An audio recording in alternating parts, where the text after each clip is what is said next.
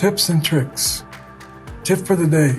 Today we're going to talk about how you set the time in a controller. So did you ever wonder how you could set the time on all of the controllers all at once on one site? So if I select the site, which I'm going to do here, and then I come over here to Action, and I say Sync Time Device Times. Now I check to verify that the time is correct. This is coming off of the server. And I say, OK. Now I have set the time in all of the controllers that's associated with that site.